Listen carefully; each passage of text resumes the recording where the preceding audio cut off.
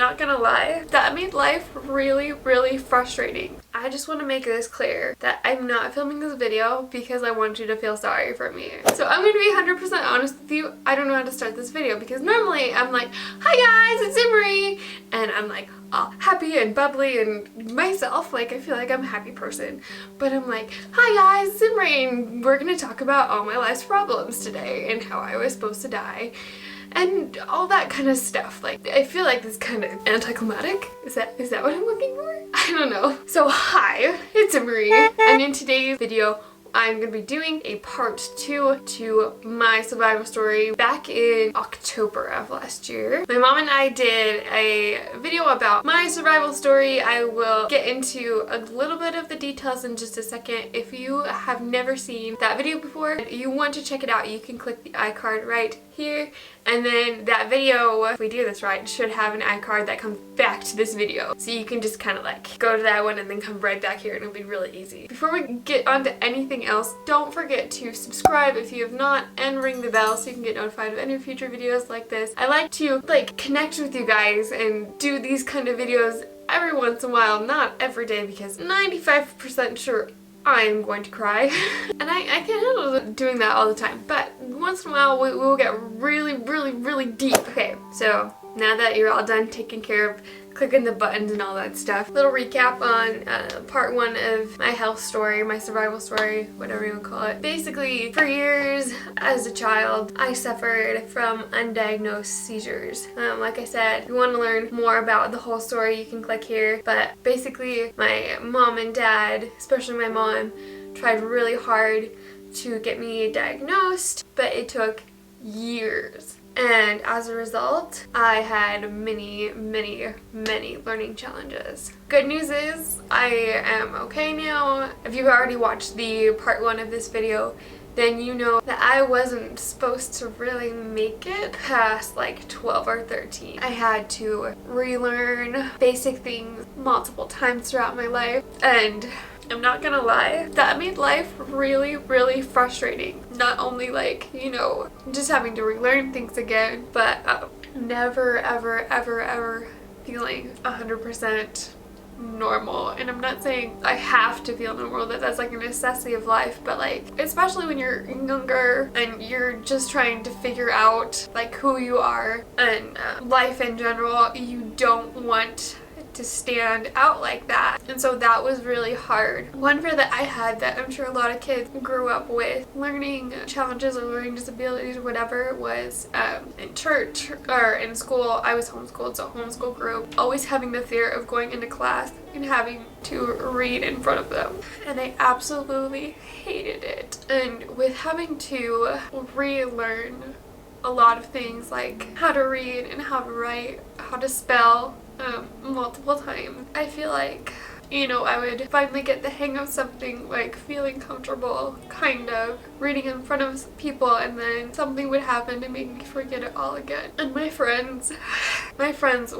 are so supportive. My friends, my teachers, whoever, were just so supportive, but no matter how supportive people are, it's still hard because you still have yourself beating you down, and that's really, really what I had, because I just thought I wasn't smart. It was really frustrating to know that before, we mentioned this a little bit in the other video, before all of the seizures started when I was really little, I think Mom said I was still potty training, I could read really well. I could read my oldest brother's books, which I'm 3.5 years younger than him. He's a very smart person, so he was ahead on reading and I was reading his books.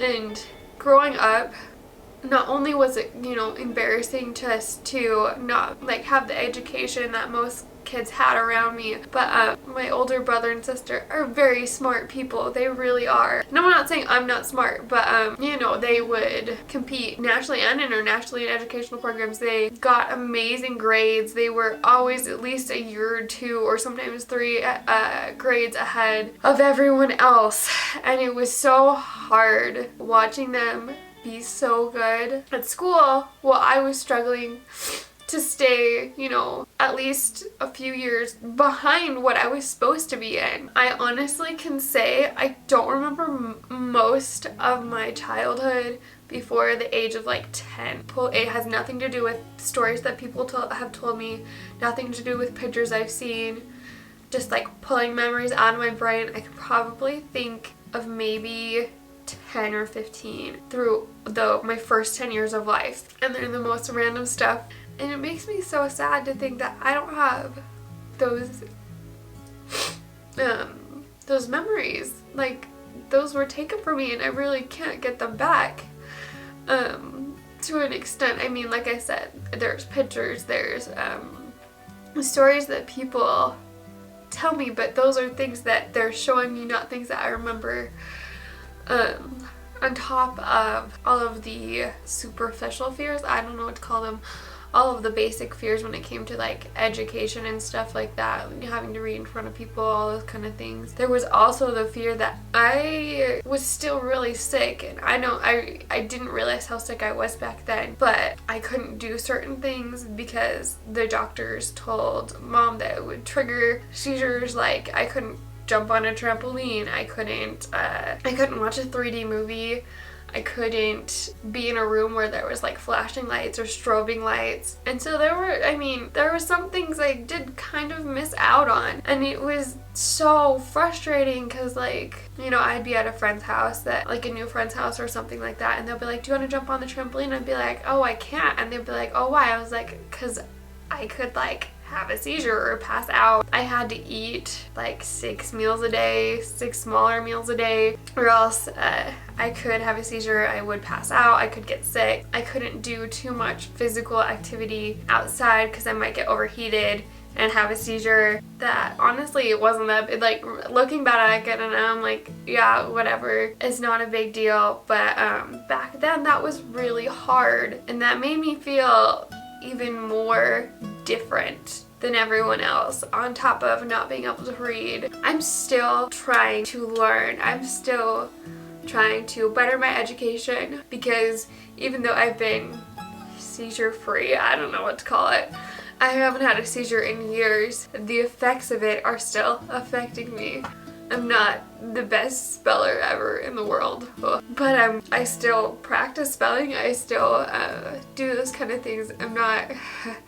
I am awful at math, but I have my little alarm that goes off every day that I have to do 3 math problems to turn it off. I don't have my driver's license, even though I'm 21. I'm turning 22 this year.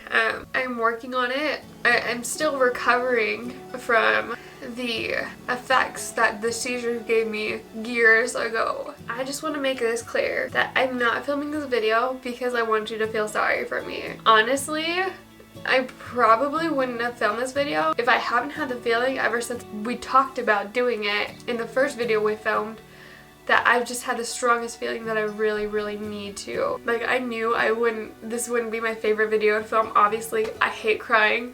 Like, I hate it so much. But I wanted anyone else who has ever felt any of the feelings I've just described to make sure they know they're not alone in this. That someone else, even if we've never met before, has felt what you're feeling right now or what you felt before. Guys, I'm filming this part right now before I film basically the rest of the video, just because I wanted to be more in control of my emotions to film this part. Okay, so I was scrolling through Instagram a few weeks ago and I saw this advertisement for this ring.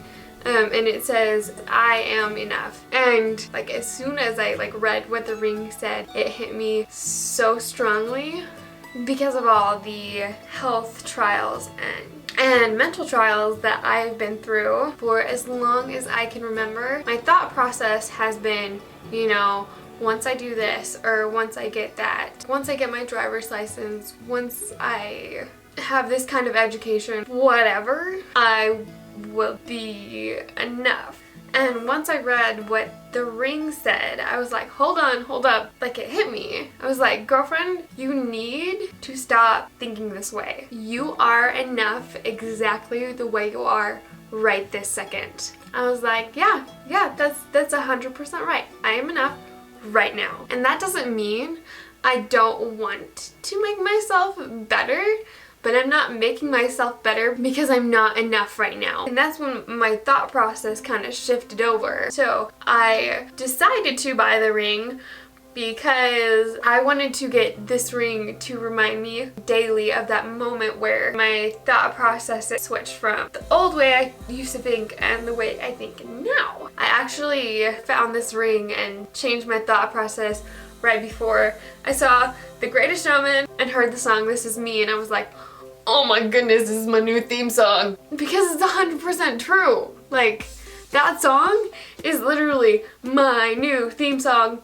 And it was just like the perfect timing. It blew my mind. I was like, the reason I didn't see that movie when it first came out is because I needed to hear that song right after I changed my thought process on how I look at myself. And I wanted to talk with you about this because I want you to know that you are enough.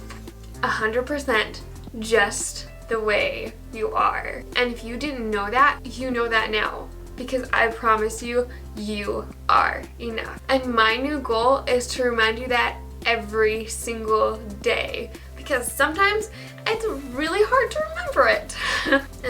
And that's the end of my story. Hopefully I didn't cry too much.